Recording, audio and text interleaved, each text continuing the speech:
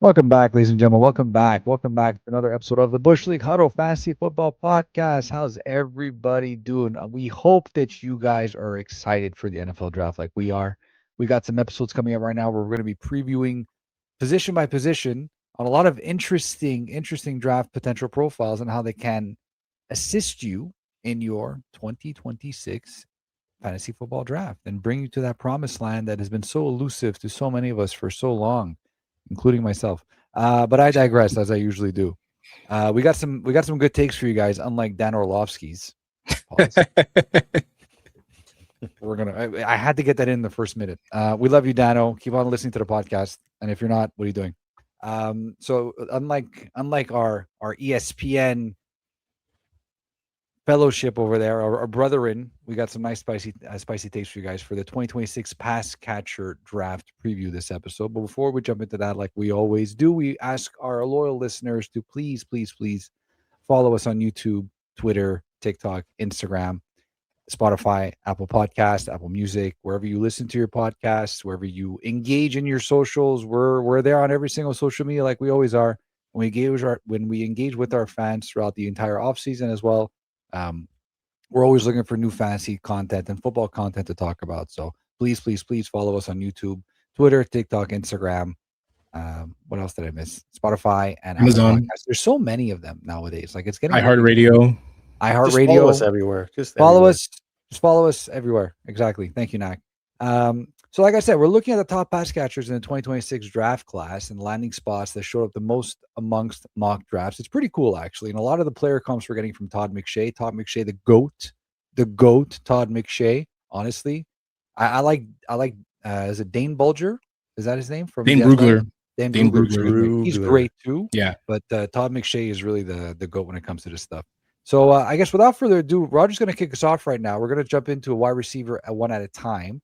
And we're going to see where they're going, where they're mocked to, where they're going to end up, the nice spots. So, Roger, take it away, Raj. Yeah, so I'm going to start with Carnell Tate. So we use Mock Draft Database, great website to kind of see. It does a composite of all the mock drafts that are on the internet and where players are going to go. So I start off with Carnell Tate. He's the, I think, quintessential wide receiver one in this class out of Ohio State. I think one thing I really like about him is he has really good prototypical size, 6'2", 192. McShay comped him as Devontae Adams, and when I looked at his highlights, you see it. Not only the release at the line of scrimmage, but what really stood out the most was the contested catch. I think he had an 80% contested catch rate. If you look at all the highlights in the Big Ten, in the big moments, he goes up and gets it. So I love that about him. And even from a production standpoint, 51 catches, 875 yards, 17.2 yards per catch, 9 touchdowns.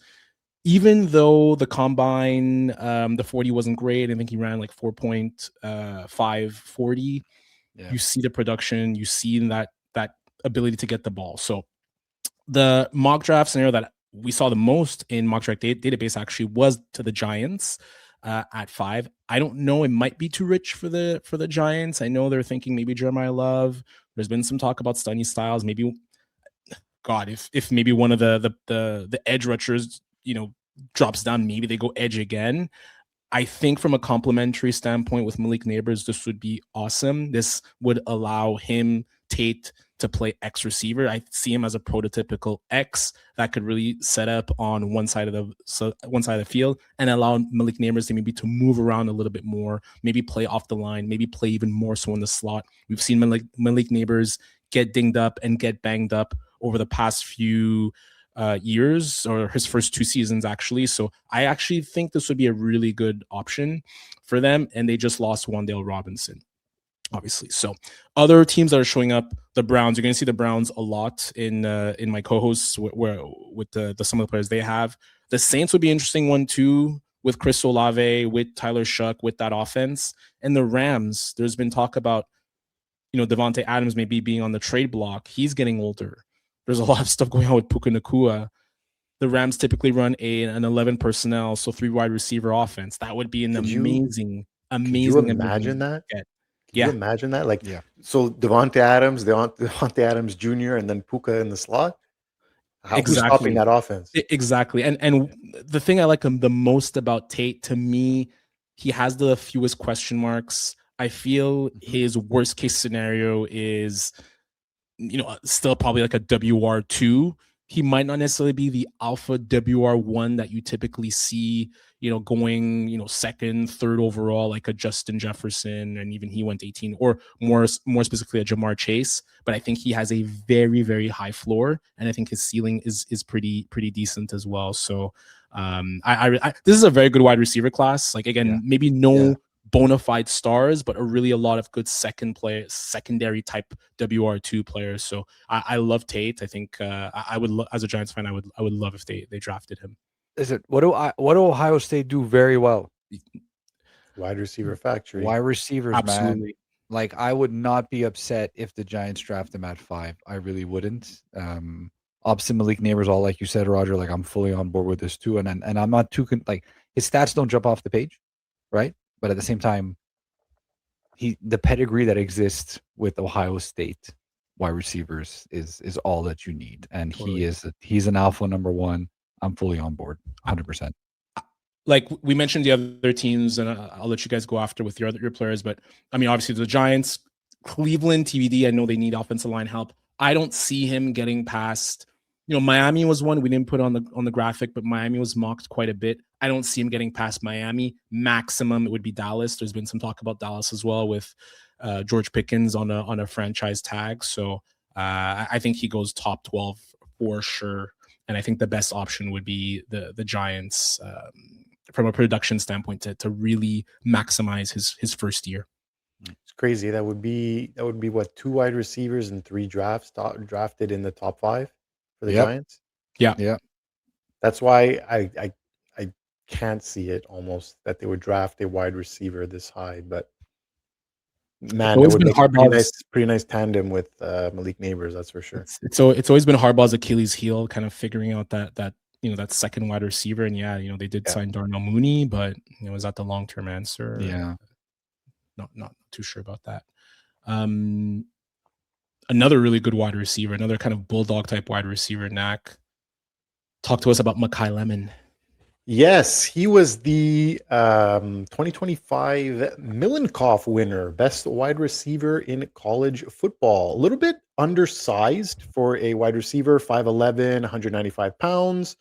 But he had a huge breakout year last season, 79 receptions, almost 1,200 yards, 11 touchdowns. Big Ten leader in receiving TDs, with 10. And he had 502 yards after contact. After catch, sorry. Also led in first downs with 49. And breakout game was against Rutgers, 256 all-purpose yards, and also led the I believe he led the Big Ten in return average as a returner, 27.1 yard average. So this guy kind of has like trickster also kind of in his game. He's being comped to Amon-Ra St. Brown, and I think we've talked about it, off pod, that's like the perfect comparison to Makai Lemon. He's got his strengths to me has got to be elite hands and contested catches. So he had catch rate of 87% and 10 for 15 on contested balls in 2025. As you mentioned, he is a yak monster, and his versatility. So he's a slot ace for sure. Like, he's going to be a slot guy in the NFL for sure, and he can return kicks. So he's definitely got a two-way game to him.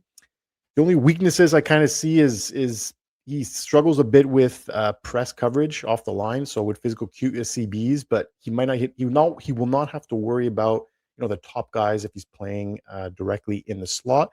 His run blocking is not as great. He's got inconsistent technique and kind of shows occasional disinterest in run blocking. So that might be we know how NFL head coaches don't like that.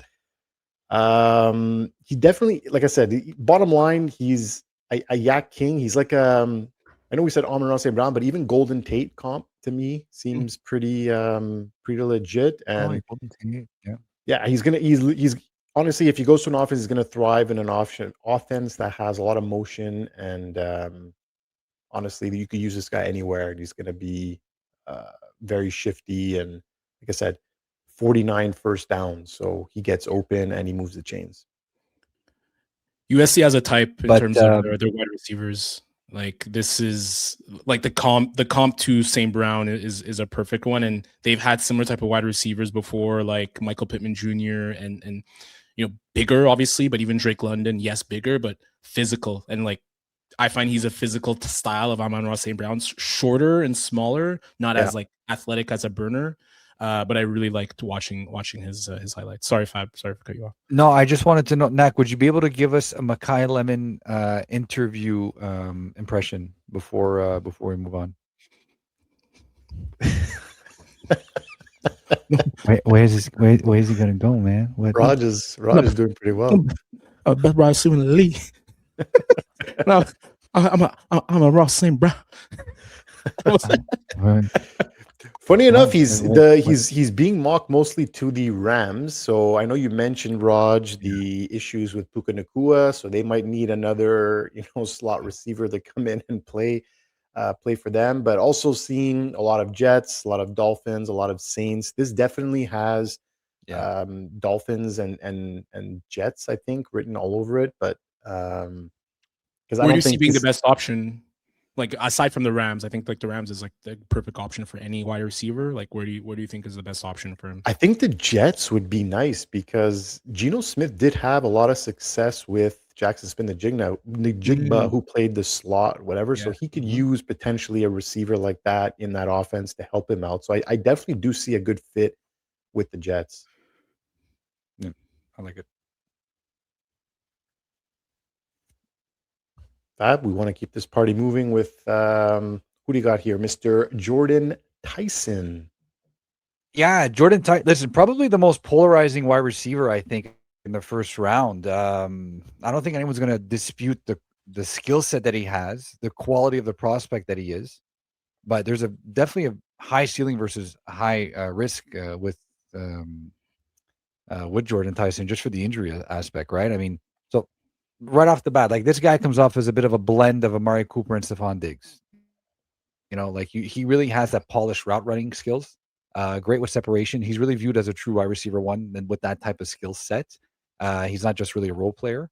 So this is really going to be a QB's go-to option from a production standpoint, right? I mean, if you look at the last 2 years and the last 2 seasons, 136 yards, 1,800 yards, 136 catches, 1,800 yards, receiving 18 touchdowns. So this guy's a red zone threat. He's a chain mover. He's going to be featured in basically every single possible target package in NFL offense, right? So there is that wide receiver one ability that exists right there. And he's looking really as a mid-first round pick. So you guys, you look at spots like the Jets at 16, the Browns at 20, obviously, is a good spot for him to go.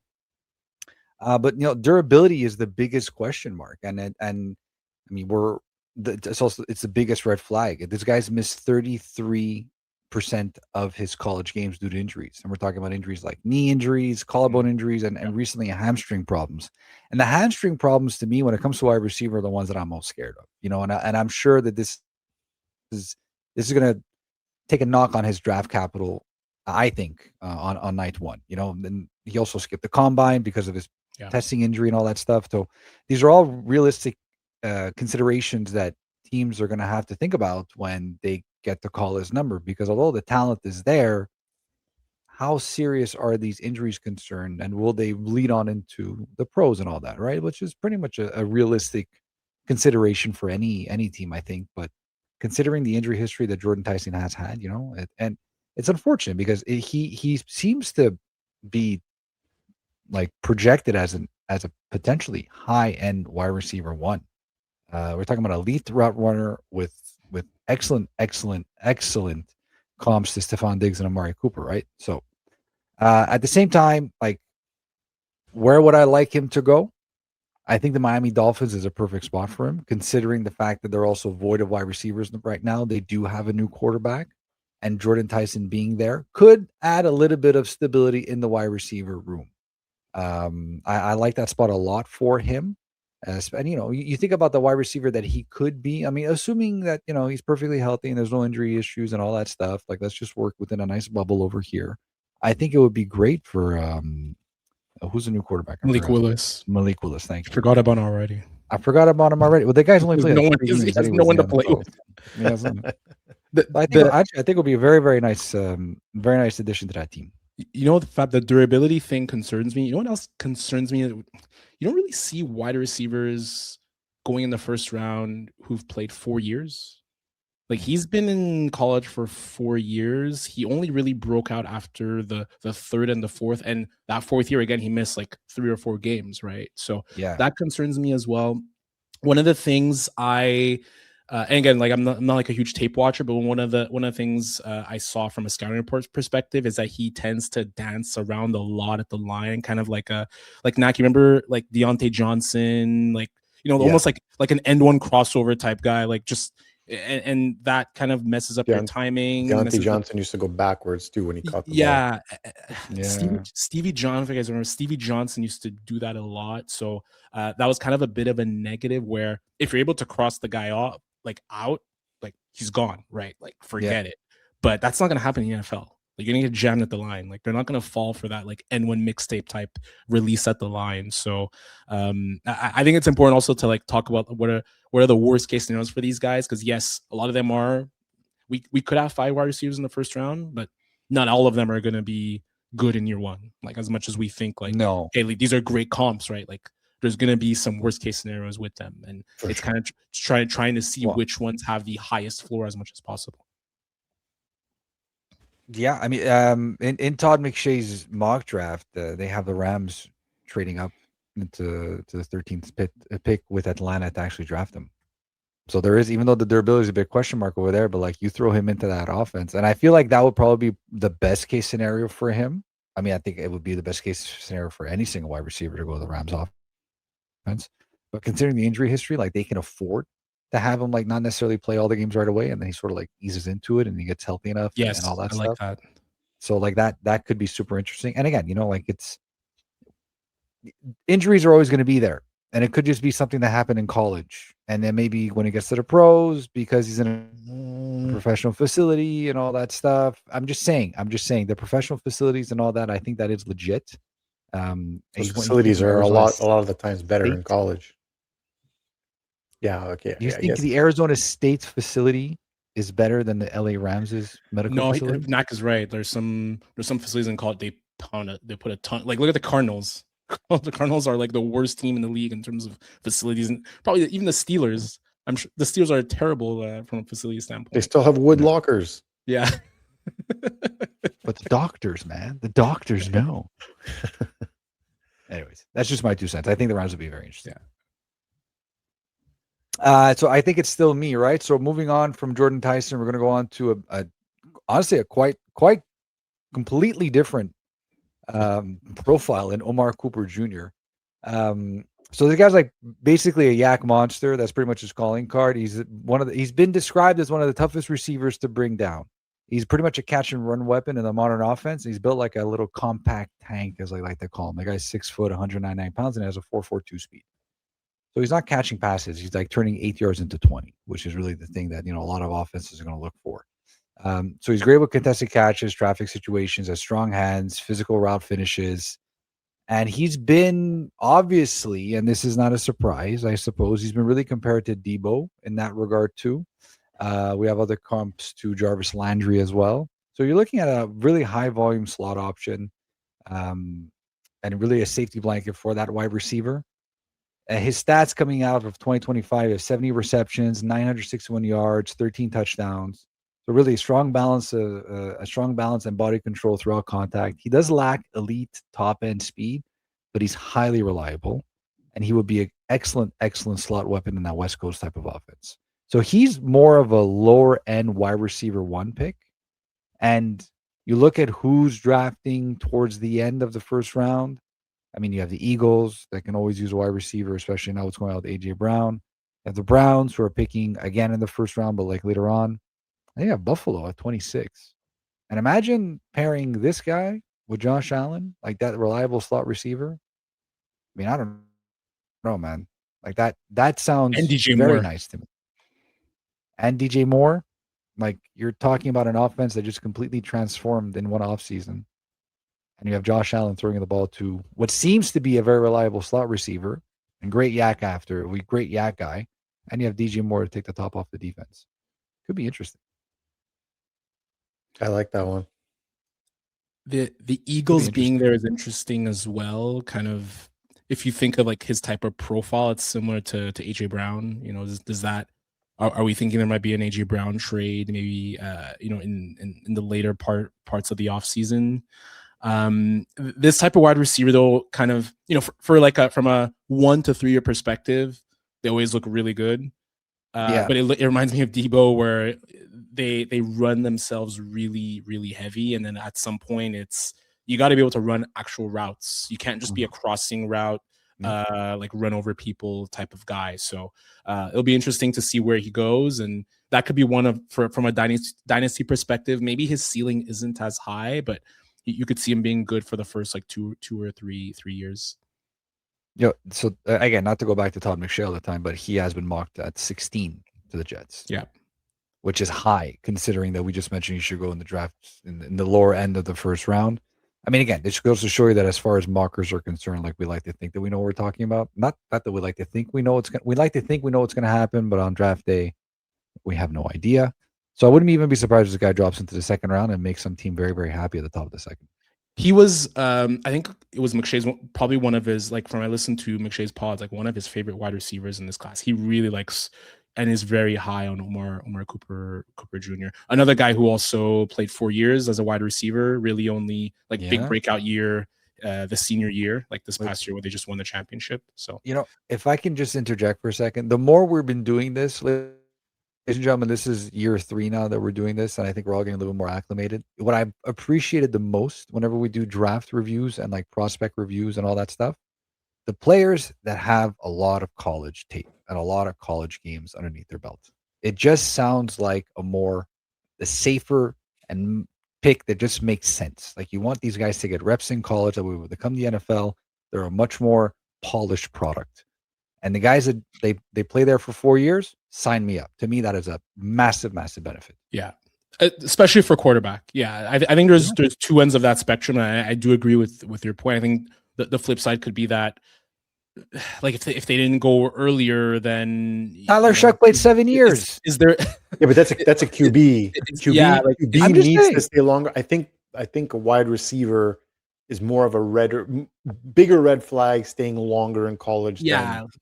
Like, is there like a lack of upside? Is there like I could see both ends of the spectrum though. Fine. I can understand that perspective. I do, but I'll never think that having too many games under your belt, especially if it's like your first year that you're declaring, is like a negative. I don't know. That's just me. Mind you, it also helped that his quarterback was future first overall pick and future quarterback for the Las Vegas Raiders. Did you forget his name? Fernando Mendoza. Fernando, I'm open to work Mendoza. Yeah, seriously. I will continue along with Mr. Denzel Boston. This is one of my favorite receivers in the draft coming out of Washington. He is a beast of a human at 6'4", 212 pounds. This is your prototypical X receiver. His stats don't, necessarily jump off the page. Last year, 62 catches, 881 yards, and 11 touchdowns, though. This guy, all he does is score touchdowns. Signature plays, it's high point fades, contested grabs. This guy is literally your number one guy. He had that big LA Bowl game against Boise State, 6 catches, 126 yards. That 78-yard TD bomb he had was a thing of beauty. Strengths of his, I would say, is catch radius, 32-inch arms, elite contested catches. He has a 61% career rate on contested catches. Sorry, he's sure-handed, only 3.1% drop rate, should I say? So fights for yards after catch, definitely a chain mover. This is like your sandpaper type receiver, also that like you want on your team, and he's just a red zone like red zone king, spatial awareness and body control. Like he's just a TD magnet. This guy, he gets into the end zone. The only thing he's kind of lacking, little bits of speed and explosiveness. So not really like elite speed or burst, and less effective actually in zone coverage. Prefers the man-to-man matchup. So I guess depending on what kind of defenses he's playing week in and week out. But honestly, bottom line, big X receiver. He kind of reminds me of, I know McShay has him comped to Michael Pittman and Cortland Sutton. He kind of reminds me of Mike Williams also. That big touchdown behemoth type of receiver. Yeah, hopefully he's not one of that, but he's likely, he'll feast in like play action, red zones. Honestly, a team that's like lacking in red zone TDs, like a team named the Pittsburgh Steelers.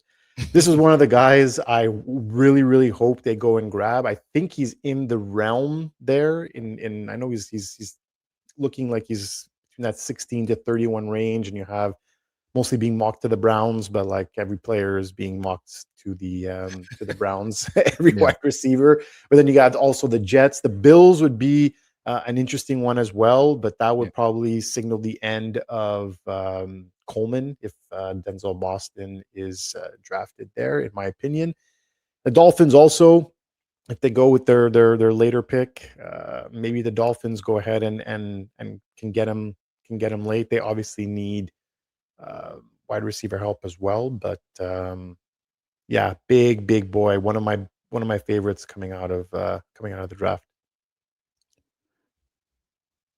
I feel like he needs to go to a situation where he's a WR2, not like the Dolphins. I don't know if that's the best option for him. I feel like he needs to be like an X receiver that kind of draws attention, so that someone underneath can eat. Reminds me of I don't know if you guys remember. Oh, remember he's from last year's draft, but he has Jaden Higgins vibes for me with the Texans. Oh, like 6'4", big body guy. That. Yeah, I like that. I agree with that, Raj, 100%. I think he should be going to a team where he'll be the very reliable wide receiver too, for the exact reasons that you mentioned. So that's why I don't really know. Yeah, the Steelers make a ton of sense. He'd be wide receiver 3 at the moment right now, right? But still, there wouldn't be too much to be asked of him. I can see it even working in Philly. I can see it working in Philly, to be honest with you, man. Like, especially with like Devontae Smith eventually will take over the role over there, and we can't forget how good of a wide receiver he really is.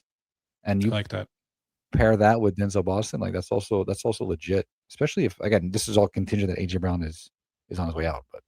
But I think their draft is going to be very telling to what happens to AJ Brown. That's like it's going to be the we say it's the worst kept secret, but their draft is going to be the worst kept secret after it's done with. What's the dead cap on AJ Brown? I'm not sure, but it significantly lowers after June 1st. After June 1st, that's the reason why. And you can't. It's not like when you drop a player and you give him a post June 1st designation, so that you keep the cap on until June 1st, and then it comes off, and then your cap hit comes off. Because it's a trade, you have to take on. You can't like poach that dead cap until then. Like the team trading for him has to take on that full cap, and the team that's trading him has to take on his whole dead cap. Got it. Trading AJ Brown before June 1st, which also I'm assuming if you cut AJ Brown June 1st, same implications apply. $43.5 million in dead cap hit. You trade him after June 1st for 16.4.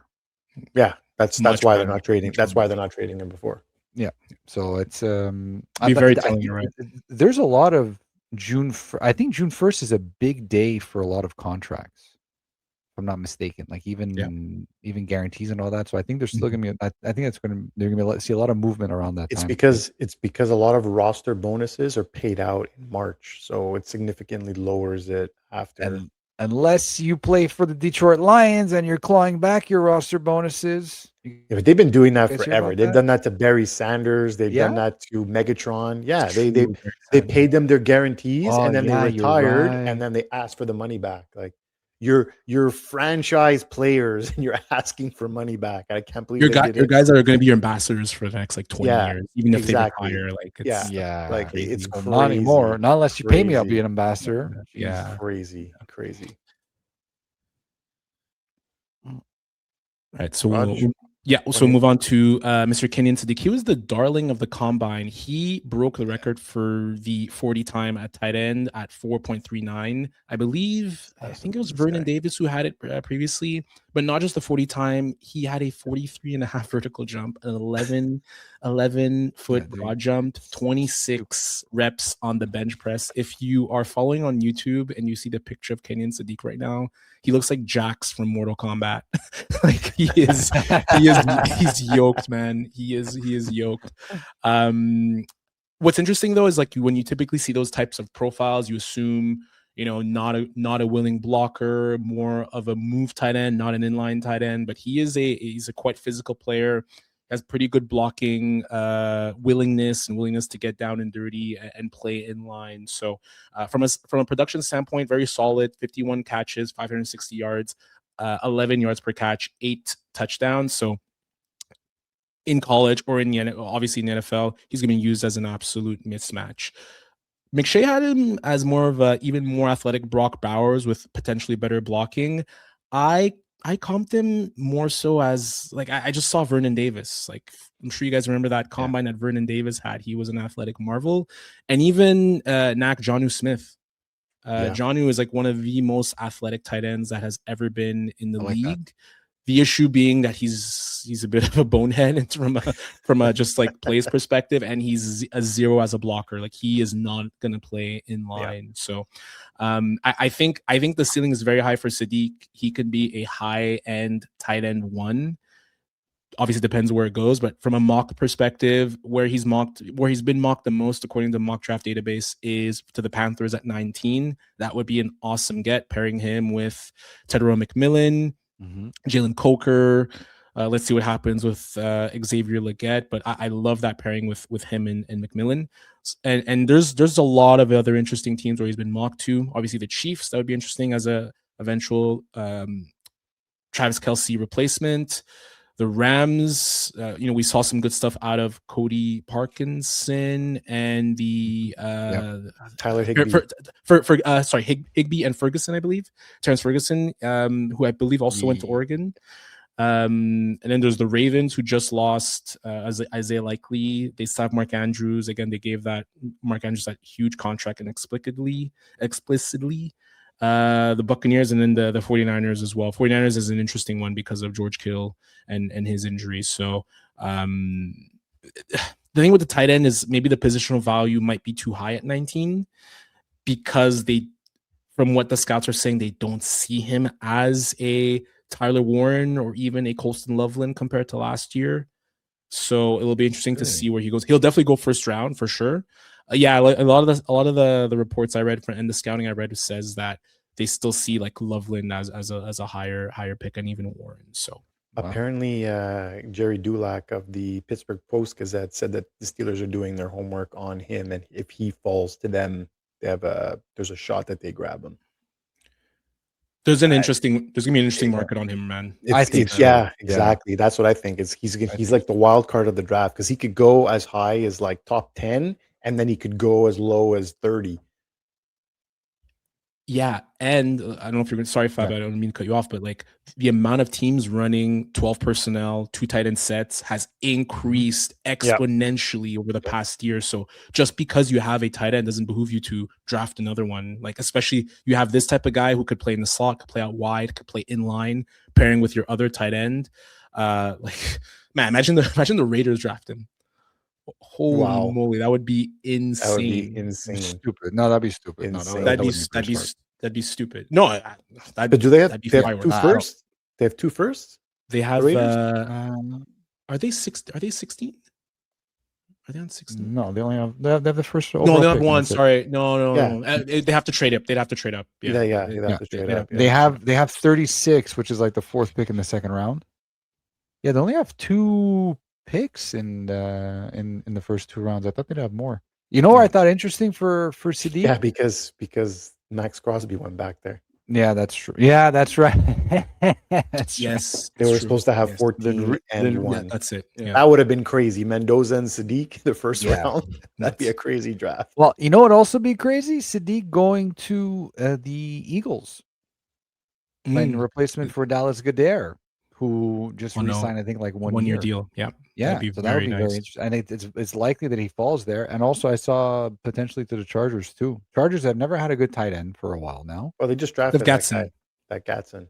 Yeah, but Gatson is fine. But Okay. again, but again, like they did sign a blocking tight end. And I don't remember the name, so you never know. Again, like the way teams run 2 tight end sets, every team's a possibility. Even the Browns. I mean, they have Fannin, and he's also a specimen. Charlie Kohler.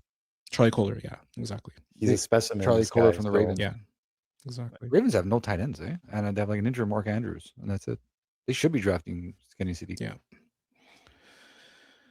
So we'll move on to the honorable mentions, Nick. Yeah, I'll get to the honorable mentions right before the end here. We have KC Conception out of Texas A&M, so comping him to Luther Burden. Most common mock places have him going to the 49ers, the Steelers, the Bills. I also saw a lot of Kansas City for him as well. Elite yak ability, slot weapon, Shanahan style fit. He did have an issue with drops though in college, 19 drops in college. So definitely got to fix that up. Then you've got Zachariah Branch out of Zachariah Branch out of Georgia. So comps, I have him as Zay Flowers and Marvin Mims type player. Most common, Patriots, Broncos, even the Giants, if they trade back into the first round, if they didn't get their receiver. Explosive playmaker, gadget, motion weapon. So that's why I kind of see the Marvin Mims comparison, and massive big play upside. He's one of those big plays waiting to happen. And then we'll end it off here with Elijah Surratt out of Indiana. My comparison would be Keenan Allen. Possession receiver, big frame, chain moving target. So those are all the traits you hear of when you hear Keenan Allen. He was a chain mover his whole career. Most mocks have him going to the Pats, Broncos, and Browns as well. Obviously, the Browns back on that on the most commonly mocked. Out of these 3 guys, who's your favorite? KC Conception. Concepcion. Yeah, he was potentially being mocked to the Giants in the second round, and I was like looking at some tape of him and all that. I like him a lot. Like that. I'd be very happy with that especially from a yak perspective and a slot weapon. After we lost Wandale in free agency, I'd be very happy with KC Concepcion. Elijah Surratt for me, 15 touchdowns in his senior year. The chemistry he had with Mendoza was insane, and they looked amazing together in Indiana. So he would be the one for me. I like those types of wide receivers, like possession guys, big frames, who could get the back shoulder catches. And speaking of the Raiders, if they could get him with the 4th pick in the second round, pairing him with Mendoza, slam dunk. Like right there, your draft is already, like lights in a way the best draft. 100%. Yeah. That'll do it, guys, for another edition of the Bush League Huddle Fantasy Football Podcast. That was the pass catchers coming up in the 2026 draft. We will see you in 2 weeks when we take on another position, maybe the running backs, maybe the QBs. You'll have to wait and see. Maybe at the same time. Maybe at the same time. Got to tune in. Tune in to find out more. Same bad time, same bad channel. Holy ass Batman. I looked at if you compare it to last year's class, I think this class is better. Yeah, last year's class was not that great. Well, last year McMillan and then Golden was not very good. Yeah, Burden came on. Obviously, it was very Burden was at the end. Burden came on later. The tight ends were really good last year. Yeah, tight ends were the steal of the class of the show of the steal of the class of all that stuff last year. That's when it's the Pad's tired. I have to have supper. You know how the it is. steal with of the me. class of The steal of the class of the show, which is switched on the other foot when the tables have turned. Good night, everyone. Good night, everyone. Peace out. Goodbye.